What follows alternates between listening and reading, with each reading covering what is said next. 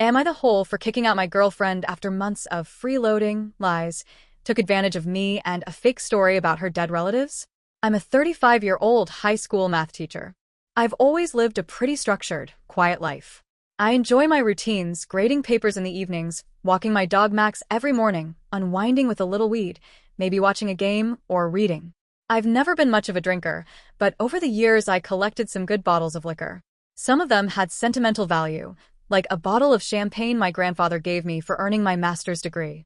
Others were just nice whiskeys I picked up from traveling or as gifts. I guess I mention all that just to set the stage for how out of place all this has felt. I met Savannah about 6 months ago. She was 28, new to the area, and staying at an Airbnb while she waited for her apartment lease to start. We matched online, had a great first date, and hit it off surprisingly fast. She was charming, funny, and very affectionate. It felt good to be around her. We saw each other again the next night, and again the night after that. Within a couple of weeks, she was spending most of her time at my place. At first, it felt flattering, like maybe this was finally something real. I'd had a couple of longer-term relationships before, but they'd ended quietly. Nothing dramatic, just emotional misalignment. So when things with Savannah felt exciting and effortless, I wanted to believe in it. Then one night, she just didn't go home. She stayed the night, and then the next, and then the next. I asked her when her Airbnb was ending, and she casually said, "Oh, I canceled it. I figured it was a waste of money, since I'm here all the time anyway." That took me off guard. Then she dropped the bombshell that she had also ended her upcoming lease before it even began. She hadn't moved in yet, but said she'd told the landlord she'd changed her mind. I just sat there like, what? I made it clear, as gently as I could, that I wasn't looking to live with anyone, not after a few weeks of dating. I told her I valued my space, and more importantly, I wasn't in a place where I could or wanted to support someone full-time. She assured me she understood, and that she was already job hunting, applying on Indeed every day. She said her dad was helping her buy a Jeep Cherokee from Carvana, and it was scheduled to be delivered within a week. But then that delivery never came. She told me Carvana had lost the car, which sounded absurd, but I didn't push too hard. I figured maybe it was true, or maybe she was just embarrassed that something fell through. I didn't want to be mean, so I gave her the benefit of the doubt. Still, I told her, again, that she needed to make progress. Get a job, get a car, make a plan. She always agreed. Always promised she was working on it. A month in, the cracks started to show. I came home from work one afternoon and opened the door to the worst smell I've ever experienced in my house. Max had pooped in the hallway. Multiple piles. He never does that. He's incredibly well-trained, and he's not destructive when left alone. I assumed he must be sick. I walked through the mess, trying to hold my breath, calling for Savannah. She came out of the bedroom looking half asleep and told me Max hadn't wanted to go outside. I was confused. She was home all day. She could have taken him out at any time. But then I checked the doorbell camera. Not once did she take him out. He had been whining and barking at the door for hours while she lay on the couch scrolling TikTok. I showed her the footage and she cried. Said she was feeling depressed, hadn't had the energy to move. I told her I understood depression. I'm a teacher. I see it every day. But if she was going to live here, I needed to trust her with my dog. I reminded her again. This arrangement wasn't permanent. She nodded, apologized, promised to do better. But things didn't get better. I started noticing my liquor stash was dwindling. I hadn't touched any of it, but bottles that had been full were now half empty. The champagne from my grandfather was gone entirely. I asked her and she brushed it off. I didn't think you cared about that stuff. I told her that wasn't the point. It wasn't about the alcohol. It was about respecting boundaries. She cried again. That became a pattern. Push, overstep, cry, apologize. Then there was the issue of money. She wasn't working. At all. She wasn't contributing to groceries, bills, or even buying her own basic things. I didn't want to charge her rent per se, but I did want her to take initiative. After 6 weeks, I sat her down and told her this arrangement wasn't working. I needed her to at least show proof of job applications. She pulled up Indeed and showed me a few job listings. But she couldn't show me any actual applications. Every time I asked, she'd say the interview didn't pan out, or that the job wasn't a good fit. I started to feel like I was being lied to, and that made everything else harder to swallow. One night, I got home to find her drunk, slurring her words, knocking things over. She told me she was celebrating getting a job interview. I asked when and where. She couldn't tell me. Just kept laughing and dancing around the living room. Max was hiding in the bedroom, clearly stressed. I was done. I told her the next day that she had to leave. Not immediately, just within a week. I even offered to help her find a new Airbnb or sublet. She cried, screamed, told me I was abandoning her. Then the threat started. She said she had nowhere to go, that her dad wouldn't take her back, that she might hurt herself. That's what broke me. I froze. I didn't know what to do. I didn't want to kick someone out if they were genuinely in crisis. So I let her stay longer. But that's when I realized I was no longer in a relationship. I was a hostage in my own home. Eventually, I reached out to one of her friends, someone she had mentioned a few times. I explained the situation, hoping she might be able to help Savannah find another place to go. The friend was shocked. She said Savannah had told her she was just crashing with me temporarily and that everything was great. That's when I knew for sure. I'd been played. When I confronted Savannah about the empty Indeed account, she got defensive. She claimed it had glitched and that she had absolutely been applying, thousands of times in her words.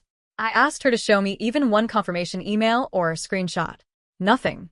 She stormed off, saying I was treating her like a failure and that no one believes in her. I didn't even push back that hard. I just wanted to see some effort, any effort. But somehow I was always the bad guy. By that point, the house didn't feel like mine anymore. Every day I came home from teaching, my place was a mess. Dishes stacked, trash overflowing, lights on in rooms she never used, food I didn't buy disappearing from the fridge. I started hiding snacks in my bedroom just so I'd have something to eat when I got home late from grading papers or staying late to help a student.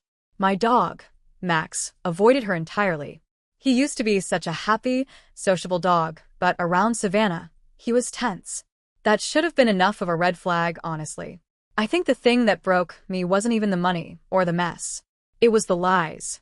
The constant, petty, bizarre lies. She lied about washing clothes, lied about job interviews, lied about why she didn't have a phone charger. She even once told me she'd gone to the pharmacy to get my allergy meds, something I asked her to do as a favor, but I found a receipt crumpled up on the floor and realized she never went. Just made it up. And yet she always had some excuse. She'd spin a story, throw in a few tears, and somehow make me feel guilty for even asking. I didn't grow up with a silver spoon. I worked my way into a stable life. I'm a high school math teacher, not some tech millionaire. I budget carefully, I plan, I save where I can. But somehow, she turned my home into a place where nothing made sense anymore, financially or emotionally. I started keeping track of what she was costing me. Weed, groceries, Uber Eats, utility spikes, missing liquor, her tabs with Jane. Not even counting rent or water, she'd cost me close to $3,000 in less than 3 months. And what did I have to show for it? A girlfriend who didn't contribute, didn't try, and gaslit me whenever I tried to set boundaries. Jane, my neighbor, finally sat me down one evening and just laid it out. She said, "You're being used." That hit hard. Jane's not someone who throws words around lightly. She told me that Savannah had borrowed clothes from her without returning them, left her with a $70 brunch tab, and even asked if she could crash there sometime because my boyfriend's being mean. I hadn't known any of that. After that, I started looking more critically at everything. I checked my bank statements. I reviewed text messages. I looked at the way I'd been bending over backward, cleaning up her messes, literally and figuratively, just to keep some peace in the house. It felt like death by 1,000 cuts. Tiny moments where I'd compromised, thinking things would get better, thinking she just needed more time. But she never improved, she got worse. She took more, gave less, and made me feel crazy for even noticing. The final straw came during a Sunday afternoon when I came home to find a group of her friends in my kitchen. People I'd never met, helping themselves to drinks from my fridge, smoking on my back porch. Savannah had apparently told them I was cool with it. I wasn't. I asked them to leave. Politely, but firmly. She got mad at me, said I embarrassed her. That night, she accused me of being controlling, said I was crushing her spirit. So I told her she had to go. It wasn't a fight. It wasn't even a long conversation. I just looked at her and said, "I can't do this anymore. This isn't working." She cried, said she had nowhere to go, said her parents would be mad at her, that she didn't have any friends nearby. I offered to cover a week at a local motel just to help her land on her feet. She accused me of abandoning her. Said I used her. That stung. It shouldn't have, she was using me, but it stung anyway. I don't know why. Maybe because I had genuinely tried to help her. I wanted to believe she was just struggling, that she'd bounce back with a little support. But in truth, she had no intention of standing on her own. She wasn't looking for a partner, she was looking for a lifeboat.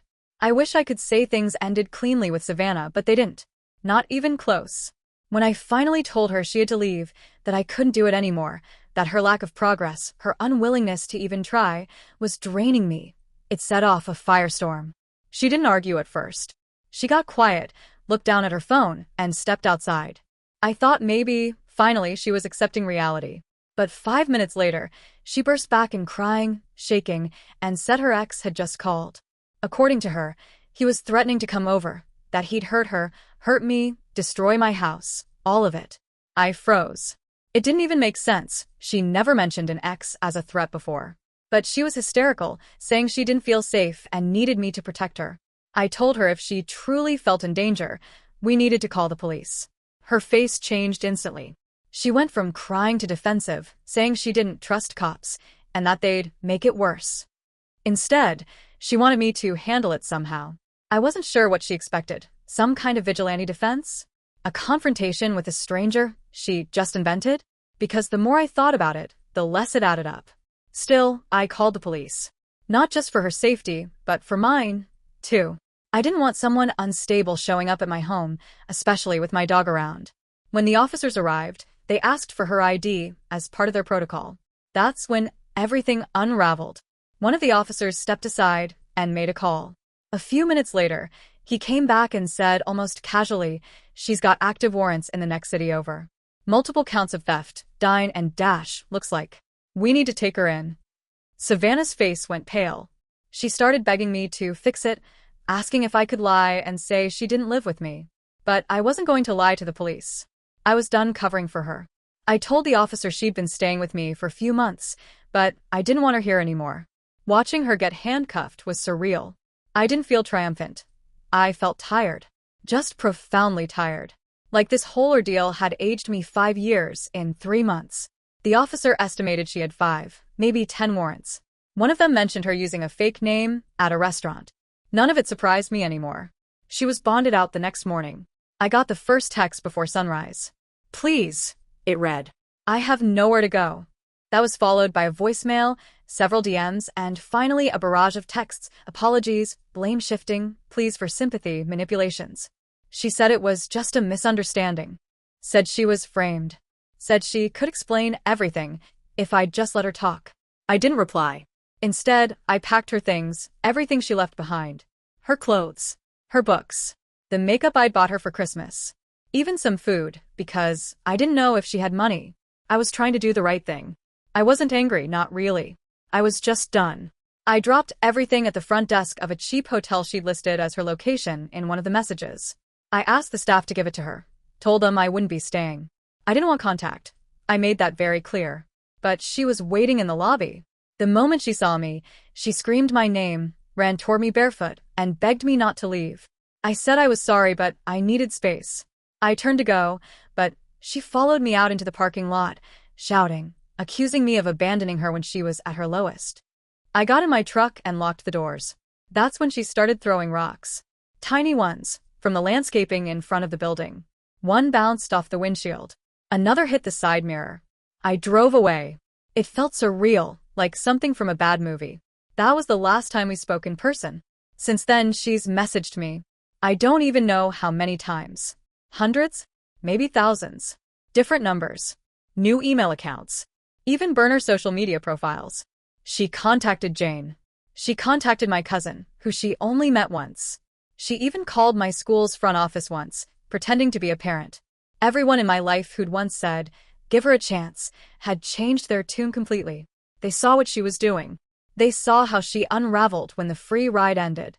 Jane especially was furious, not just at Savannah, but at herself for feeling taken advantage of.